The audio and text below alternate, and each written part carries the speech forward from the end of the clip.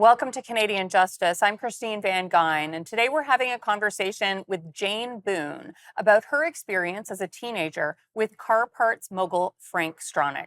Stronach is now facing serious criminal charges for alleged sexual offenses involving 10 different women. The charges relate to alleged offenses that date back as far as 1977 and as recently as 2024. They have not been proven in court. And in my recent sit-down interview with Mr. Stronach, he denied the allegations and said he has never done anything, quote, improper to a woman. Jane is not one of the complainants in the criminal case, but once the charges were announced, she went public with her story, penning op-eds in both the Globe and Mail and the Toronto Star. She joins me now to tell her story.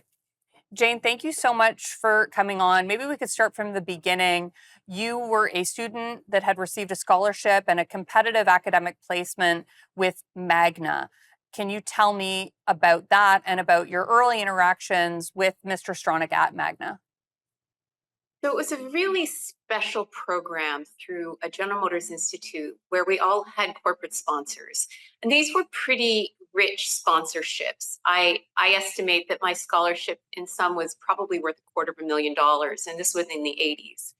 And as part of it, it was highly competitive, and the final interview of this series of interviews involved Frank Stronach. I was sitting in a room with 4 other students. We were evaluated by the head of HR and Mr. Stronach, and I was picked. And so I began a process where for 3 months I would be at school, and then 3 months I would be at work, and back and forth, back and forth.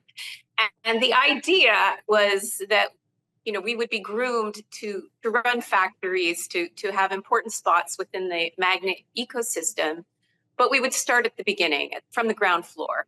And we would have the oversight and enthusiastic support of the CEO. And this was a very enticing prospect to me because Magna was on the ascendancy in 1985 when I joined the company. I was 17.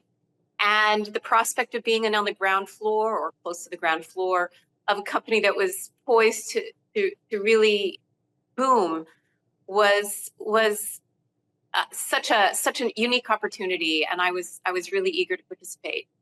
Now, you had some interactions with Mr. Stronach while you were this, I guess, co-op type student. Why don't you tell me about those interactions?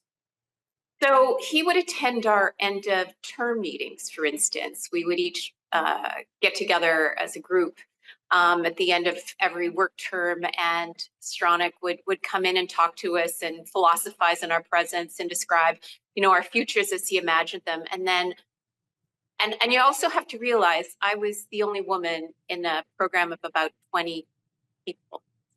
And there was an occasion when I was in my first year where I had to be at head office. And I was in his vicinity, and he saw me and he invited me into his office, which was pretty wild for a teenager. But it was a unique opportunity, and I was just jazzed that the CEO knew my name. And for half an hour, he listened to my engineering dreams while I heard him talk about how they would dovetail with his plans for the company. We've got about a minute left. Why don't you tell me about the shareholders meeting, about your invitation to the shareholders meeting, I think when you were 19 years old? So one of the things that we students were accorded was the opportunity to attend the annual shareholders meeting, which was a big treat for us. We'd all get dressed up. And as I was entering Roy Thompson Hall to attend this meeting, my path intersected with Stronach's. This would have been December of 1986. And he invited me to attend the after party at Rooney's, which was a restaurant that he owned in Toronto proper. And once again, I just thought this was a sign that I was doing good things, and good things were happening to me, because this was an opportunity to observe the executives in their natural habitat, doing whatever it is executives do when they're amongst themselves. And like I was going to pass that up?